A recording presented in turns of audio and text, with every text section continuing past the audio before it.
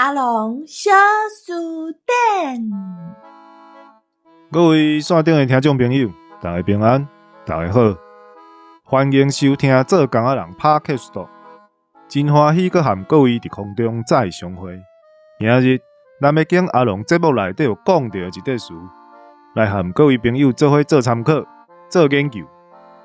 这字款其实有几落的意思。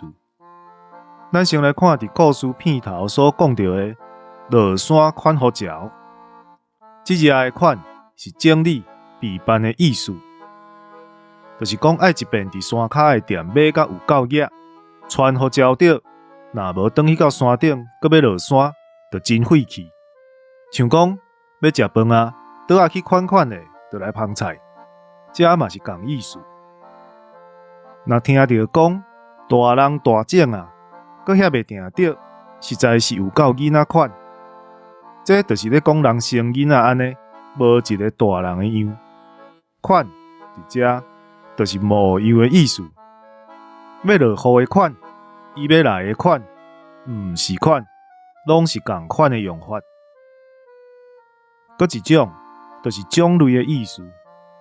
这咱就定咧讲，提供两个例来和大家做参考。人有百款，阮鉛笔有真侪款呢，拢摆伫遮，你豆豆仔看，豆豆仔拣。安尼，咱今仔日的阿龙小书店就小解到遮，请各位听众朋友继续甲阮支持甲鼓励，有闲过来哦。